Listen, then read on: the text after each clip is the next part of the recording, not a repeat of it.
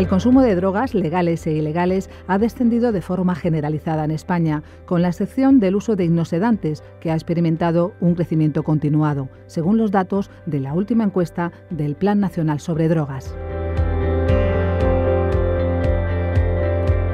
Los datos de esta encuesta demuestran que las drogas de mayor consumo son, por este orden, el alcohol y el tabaco, aunque ambas han experimentado un importante descenso.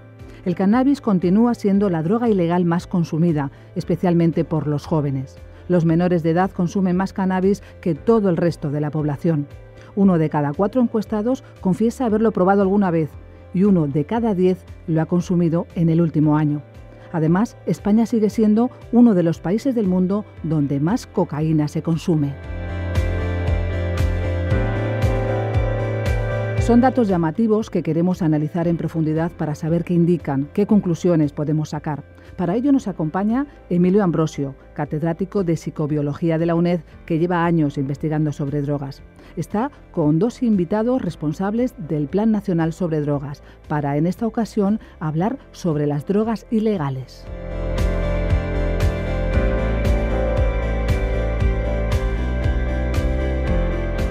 Es un placer enorme tener a 2 invitados como tengo aquí en estos momentos y presentarlos. Grandes amigos, además, grandes profesionales, y es un momento de verdad de felicidad para mí, el hecho de teneros aquí. Tenemos al doctor José Oñorbe.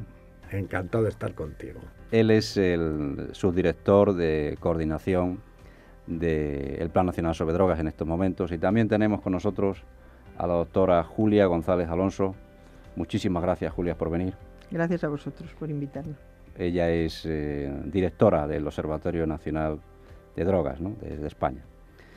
Y aparte de ser grandes amigos, son de veras grandes profesionales, muy conocedores del tema, y por tanto, pues os agradezco mucho vuestra presencia, que ya lo he dicho varias veces, porque de vuestros conocimientos pues se va, por así decirlo, informar la sociedad entera, particularmente los alumnos de la UNED y cualquier otra persona que pueda estar escuchando, ¿no? Hay un asunto que quisiera yo que tratáramos en este programa, que es continuación de otro, y es el asunto referido al cannabis, una droga ilegal de enorme consumo en nuestra sociedad. Si no me equivoco, y si Julia nos corriges, en Europa España sigue siendo la número 1 en ese tipo de consumos. La percepción del riesgo que tienen, sobre todo los consumidores jóvenes, es prácticamente nula, similar a la de drogas que consideramos legales, como el alcohol y el tabaco. Entonces yo quisiera que nos actualizaras un poquito los conocimientos que hay en ese tema y que sirviera de inicio para esta conversación que vamos a mantener, ¿no? Absolutamente de acuerdo, pero estando en la universidad no acepto lo de la palabra enorme. ¿Cómo la tenemos que llamar? O sea, hay un consumo sí, alto, sí, pero no es enorme. Bueno. Es decir, que cuando hablamos, si hablamos de tantos por ciento, es que sepamos que gran parte de nuestros jóvenes no consume. Para eso, que es que parece que todo... No, para eso estáis aquí. Hay mayoría que no consume. El cannabis es de las sustancias ilegales la de consumo más prevalente, con diferencia con el resto, además. Estamos en torno por dar datos, no abrumar demasiado con datos, pero por dar datos que yo considero que pueden ser más relevantes, es decir, si hacemos 2 grupos de edad, de 15 a 64 años, todas las drogas se consumen más en las edades más altas, obviamente. Claro, tengamos en cuenta que entre 15 y 18, 15 y 17 estamos hablando de menores. Eso es. O sea, no solamente son drogas ilegales, sino que además estamos hablando de menores de edad. Bueno, pues todas las sustancias son consumidas mayoritariamente por la población más elevada, excepto para el cannabis, que entre 15 y 17 años se consume mucho más que entre los 18 y los 64 años. Y eso es un dato muy relevante y realmente yo diría, me atrevería a decir que hasta escandaloso. Eso es. Y sobre el que la sociedad española debe empezar a reflexionar. Si hablamos de eso, de la sociedad española, ¿por qué creemos que la sociedad española tiene esa concepción, vamos a decirlo así, permisiva, o de darle menos importancia al consumo de cannabis del que realmente tiene? Y en otros países no es así. Porque eso ocurre. Sí. Se ha perdido mucho la percepción del riesgo y eso funciona muy bien en la población española. La percepción del riesgo ahora mismo, la más baja de todas, es decir, la que la sociedad española considera que es la sustancia menos peligrosa desde el punto de vista de la salud, es el alcohol, bajísima. Y después es el cannabis.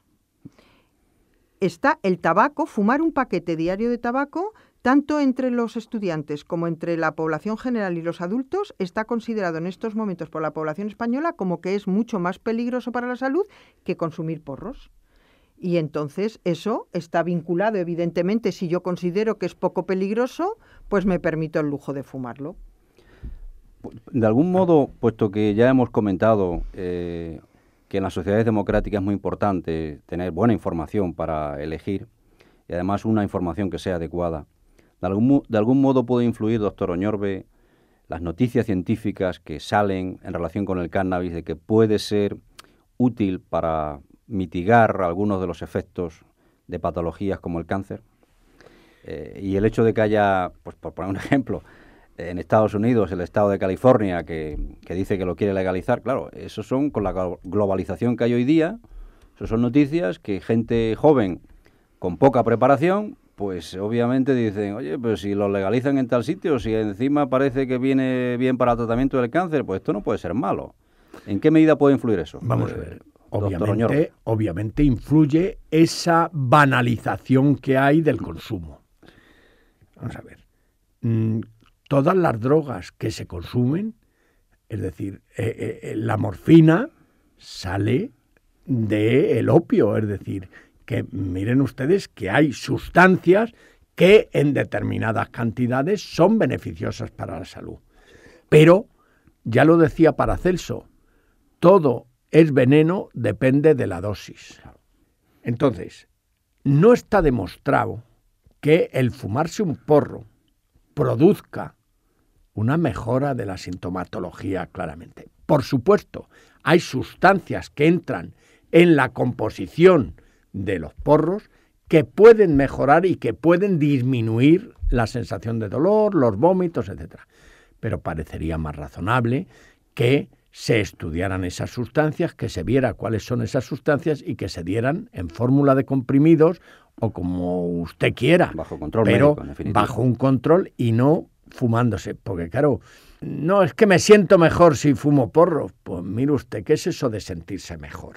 Entonces es verdad que ha habido una banalización y es verdad, y yo lo decía en la conversación que tuvimos, que es obligación de los investigadores el transmitir los conocimientos que están adquiriendo a la población general. Y hoy lo que parece que está bastante claro es que en las personas que consumen porros con una cierta frecuencia hay un problema en las células nerviosas y se ve que hay un problema de desmielinización, que hay un problema de la sustancia amarilla, que hay una serie de alteraciones en las células nerviosas que habría que ver a dónde nos van a conducir. Y eso lo han demostrado los investigadores básicos. Y eso me supongo que usted, doctor Ambrosio, sabrá incluso más que yo.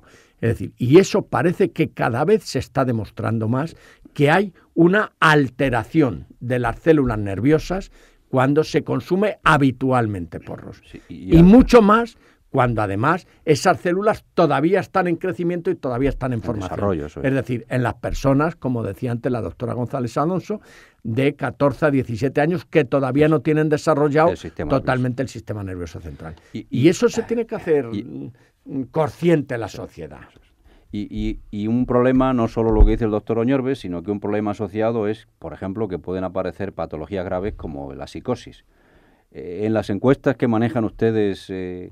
digamos, se hacen ese tipo de preguntas. El tema de la patología dual está clarísimo y cada vez está más claro que hay una asociación entre los trastornos psiquiátricos y el consumo de drogas. Sí.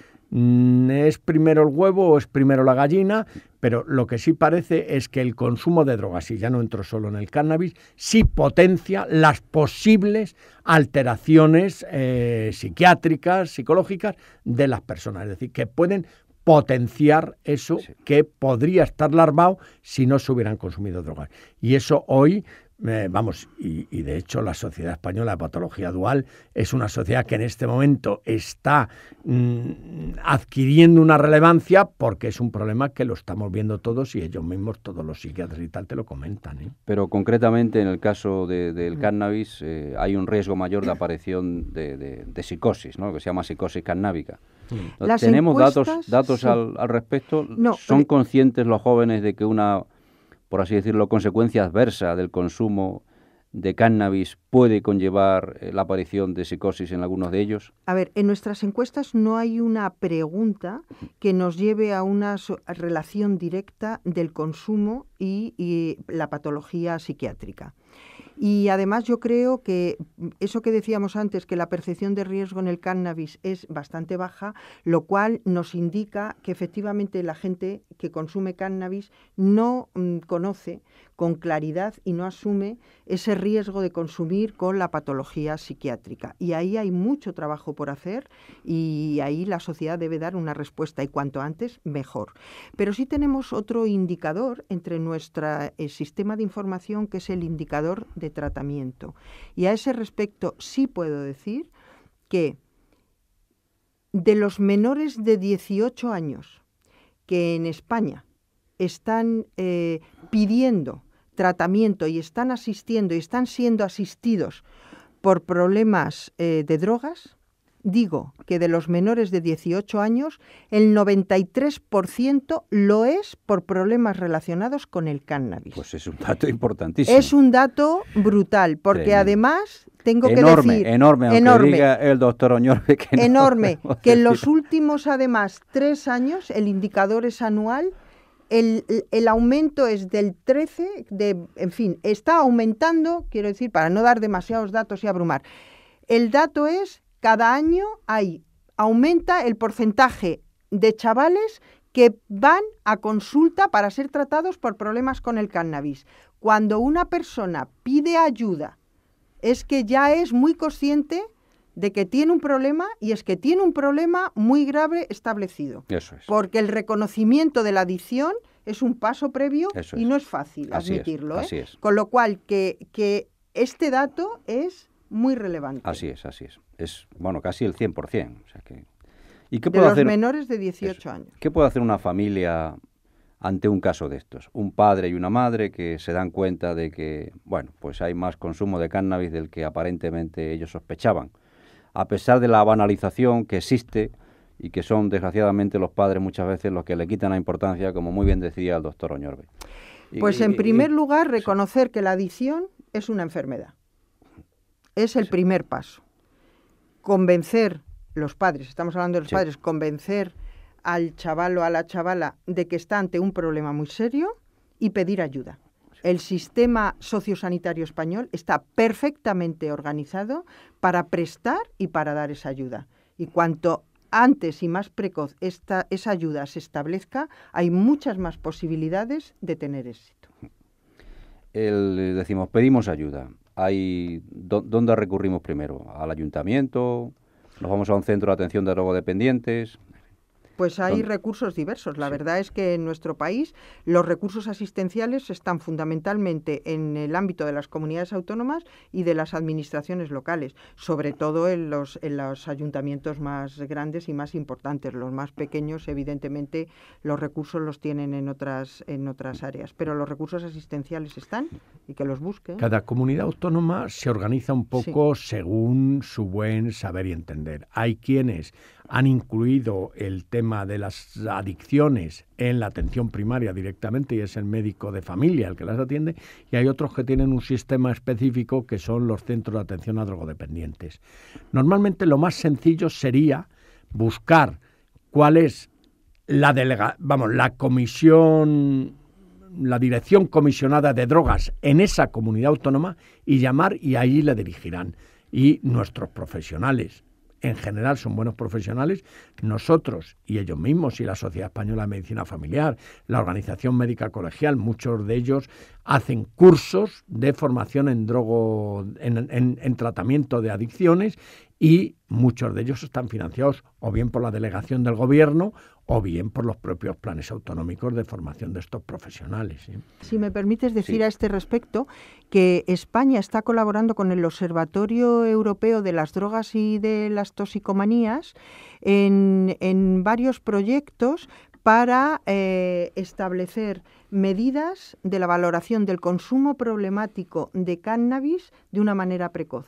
Y estamos colaborando en proyectos Muy interesante. internacionales. ¿El cannabis puede ser, como se dice, la puerta de entrada a otras drogas? De un poder adictivo que lo consideramos mayor, pero voy a poner el ejemplo de la cocaína. La puerta de entrada, decíamos que la más importante es la del alcohol, fundamentalmente. Pero probablemente después del alcohol venga el cannabis y después hay que ir buscando, en patrones de policonsumo, hay que ir buscando nuevas experiencias. Y claro, la siguiente es la cocaína, ¿eh? Sobre todo porque además hay un tema que es muy importante y que la sociedad española debe valorar. Y es qué pasa con el consumo de sustancias y la noche. Nosotros tenemos en nuestras encuestas muy bien valorado. La noche tiene una asociación muy clara al consumo de sustancias. El alcohol está presente durante toda la noche. Pero claro, el alcohol finalmente es una sustancia depresiva del sistema nervioso central.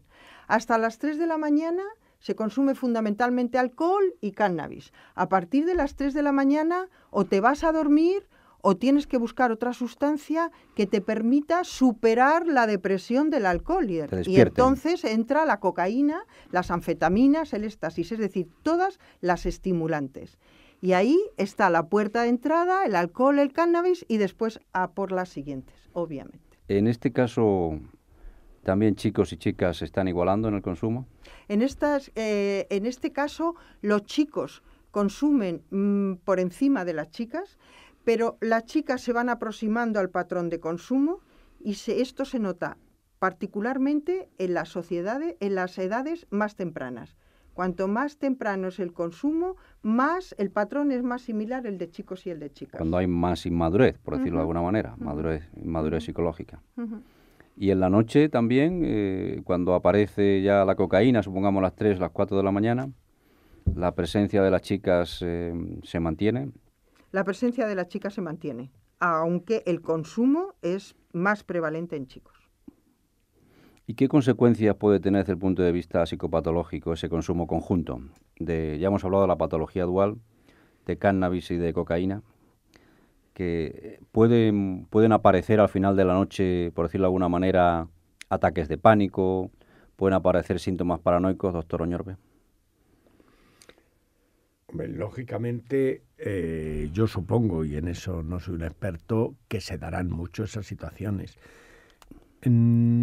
Lo que me preocupa es que en todas esas situaciones lo que hay, y lo comentábamos también antes, es una situación de desinhibición, es una situación de coger el coche a las 7 de la mañana, y todo esto a lo que conduce también es a muchas situaciones de riesgo social y de problemas de la convivencia. Es decir, ahí las peleas se producen a esas horas, las aglomeraciones se producen a esas horas, es decir, todo se produce pues eso a las 4 de la mañana, a las 5 de la mañana, y yo creo que está enlazado con esa unión de consumo. Lo que hay que pensar también es qué cosas podemos hacer para evitar el tinglado. Nosotros en este momento con la asociación, la Federación Española de Hostelería, hemos firmado un convenio en el cual estamos intentando potenciar el tema del servicio responsable y estamos intentando concienciar a la gente que trabaja y a los dueños de los locales en todos estos temas de que haya agua en los servicios para que pueda beber la gente y no tenga, porque claro, si una copa un botellín de agua te cuesta lo mismo que un Cuba Libre, pues me compro un Cuba Libre en vez de una botella de agua. Entonces intentar que en los servicios haya agua, que esté bien señaladas las salidas, que los camareros, pues te induzcan a intentar, oye, mira, vas un poco pasado, no consuma más, no cojas el coche, que den facilidades para coger taxis, que no se sobrepase la capacidad que tienen los locales, que la música tenga también unos ritmos especiales. Todo eso estamos intentando concienciar a los profesionales de la hostelería en ese tema, y sabemos que es un personal complicado, porque tiene mucho turnover, o sea, que gira mucho, van aquí, van allá, hay gente que no tiene contratos fijos en gran parte. ¿Y no sería factible una norma que dijera a las 3 de la mañana todos los locales cerrados? Pues es factible, o sea, como factible, yo entiendo que es factible, pero yo entiendo que, que la responsabilidad es mucho más importante que la norma, porque la norma tiene su papel, obviamente, y la sanción en España es un elemento persuasivo de primera importancia y no se le puede orillar, pero yo creo que hay que apelar al sentido de la responsabilidad, porque tampoco tenemos por qué tener un policía al lado de cada uno de nosotros. Yo creo que la responsabilidad es importante, y el conocer los riesgos y todo lo que eso significa y el coste que tiene socialmente, no solo individualmente, socialmente. A mí me parece que sería importante, independientemente de que la norma tiene su función y su sitio. Y los locales están cerrados, pero luego el problema que hay es que, y aquí estamos en la universidad donde yo estudié hace ya muchos años, que tiene grandes espacios donde uno puede hacer botellón. Y no nos olvidemos que incluso hay algunos ayuntamientos en este país donde se permite, incluso se hace en botellódromo. Eso es. Es decir, que el prohibir y decir todos los locales se cierran a las 3 de la noche. Bueno, pero si usted está potenciando ahí en las afueras de Madrid para no molestar a los vecinos, no, mire usted, es un problema de orden público el tema pero también es un problema de salud y de responsabilidad del tema. Claro, convertir esto en un problema solo de orden público no es la salida, porque esto lo que es un problema de salud pública. Ambas sustancias, cocaína y cannabis, ahora mismo probablemente en la sociedad española sean las que causen más problemas de tipo sanitario, problemas de salud, más que la heroína. No. Bueno, no, sí. Más que la heroína sí, pero la que produce ahora mismo más problemas de salud es el alcohol, sin duda. Después el tabaco y después, en ese orden, a gran distancia, el cannabis, la cocaína, y la heroína está en una situación mantenida, pero muy baja, residual. La heroína muy residual prácticamente del mercado, que ahora parece que hay algún repunte. Vamos a ver, y lo habíamos comentado antes, entre tabaco y alcohol se llevan el 80% de los problemas de salud pública. Vamos, y digo el 80%, no sé muy bien específicamente, pero cuando se habla de carga de morbilidad, que sería el tema, si yo no recuerdo mal, al tabaco le dan el 7, me parece que es, y al alcohol parecido, y al cannabis y a la coca le dan el 1 o una cosa así, es decir, que estamos de 7-1. Pero por un problema de gente que lo consume. Claro. Porque claro, es que por cada porro que se fuman 10 cigarros. Sí. O por cada 3 copas que se toman, se fuman medio porro. Es decir, que ese es el tema del número. La Organización Mundial de la Salud ha hecho un estudio a nivel mundial muy interesante. Lo ha publicado yo creo que como en mayo del 2011, y ha estudiado, a nivel mundial 19 factores de riesgo y entonces el alcohol ha dividido el mundo en 3 grandes bloques: los países ricos, los medianos y los pobres. El alcohol es el primer factor de riesgo en coste de años de vida perdidos por discapacidad, ajustados por discapacidad. El alcohol es el primer factor de riesgo en los países de medio nivel económico. España está entre los más ricos. Es el tercer factor de riesgo después del tabaco.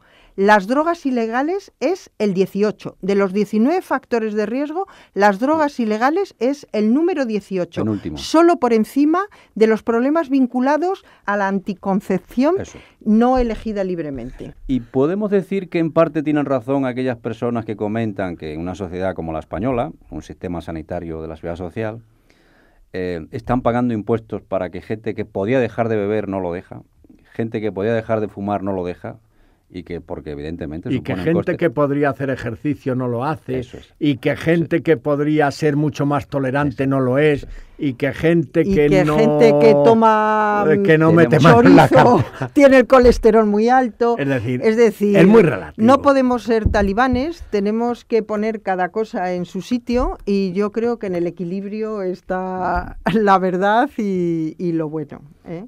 A su juicio, ¿han sido útiles los centros de menopunción para los heroinómanos que hay, por ejemplo, en la Comunidad de Madrid y otras comunidades autónomas? Como Sí, tema de sin duda, reducción del reducción daño, de riesgos, han sin sido- duda, han reducción del sido- daño, sin duda. Han sido importantes y han evitado muertes en este país, claramente. Es decir, y por eso nosotros los hemos defendido. No, otra cosa es que se haga con orden, que se haga tal, pero sí han evitado muertes en este país. ¿Podría hacerse algo parecido para la cocaína? Tener, digamos, sitios donde la gente pudiera tomar cocaína bajo control médico. Vamos a ver, las salas de menopunción era el evitar que gente que estaba muy pasada acabara muriéndose en la calle, que era una cosa que estaba ocurriendo, y eso no lo puede tolerar una sociedad solidaria. Y de alguna manera no podíamos dejar que murieran por la calle. Es decir, bueno, ya está. Y yo creo que se ha conseguido mucho. Otra cosa distinta es que ahora con el tema de la cocaína se hagan experimentos en el cual nosotros estemos intentando, vamos, nosotros digo, la gente que lo está intentando, está viendo a ver si de una manera controlada y bajo supervisión médica se pueden conseguir disminuciones de dosis, se puede conseguir el abandono y tal, y eso es así. Ahora, eso es distinto a crear salas donde los cocainómanos se la nifen o se la fumen o tal, ¿eh? Hablando de sustancias con propiedades analgésicas, que hemos citado la heroína, cada vez más es común, al menos en otros países como Estados Unidos, el hecho de que los niños quiten a sus padres fármacos que los padres tienen en casa, pues con propiedades analgésicas. ¿Se da un fenómeno parecido en España? ¿Estamos viendo que eso está llegando aquí también en nuestro país? ¿Hay datos en las encuestas que vayan en esa dirección? El consumo de Sustracción. inocedantes, pero yo no sé si tanto porque los niños los consumen, vamos, se los quitan a los padres. En Estados Unidos se está convirtiendo en un problema ya preocupante para las autoridades. ¿Aquí todavía no ha llegado eso? En España lo que estamos detectando en las últimas encuestas es un aumento significativo del consumo de inosedantes. Nosotros, por Sin inosedantes, Valium. con receta o sin receta, tranquilizantes y somníferos. Eso es lo que estamos detectando, tanto en la población más adulta como en la población más joven. Pero tiene una peculiaridad en España muy característica que también se da en otros países, y es que fundamentalmente son las mujeres por encima de 35 años las que están fundamentalmente consumiendo ese tipo de sustancias. ¿Y cómo se interpreta ese dato, doctora González Alonso? Pues es ¿Problemas un dato, emocionales, vamos a decirlo así? Problemas, yo no diría emocionales, yo diría problemas de género. Muchos problemas de género hay ahí que habría que investigar. ¿Por qué las mujeres a partir de los 35 años están tomando sustancias para evadirse de una realidad que las tiene machacadas? Bueno, pues eso tenemos que tratarlo en otro programa. Deberíamos tratarlo. Pues quedan ustedes emplazados a, si Dios quiere, otro programa aquí, ¿eh? Es un placer siempre estar con usted. Ha sido estupendo. Muchas gracias, de verdad. Muy Muchas bien. gracias por venir y trataremos ese tema, el de los inosedantes y las chicas, ¿de acuerdo? Estaremos aquí. Pues gracias de nuevo. Muchísimas gracias.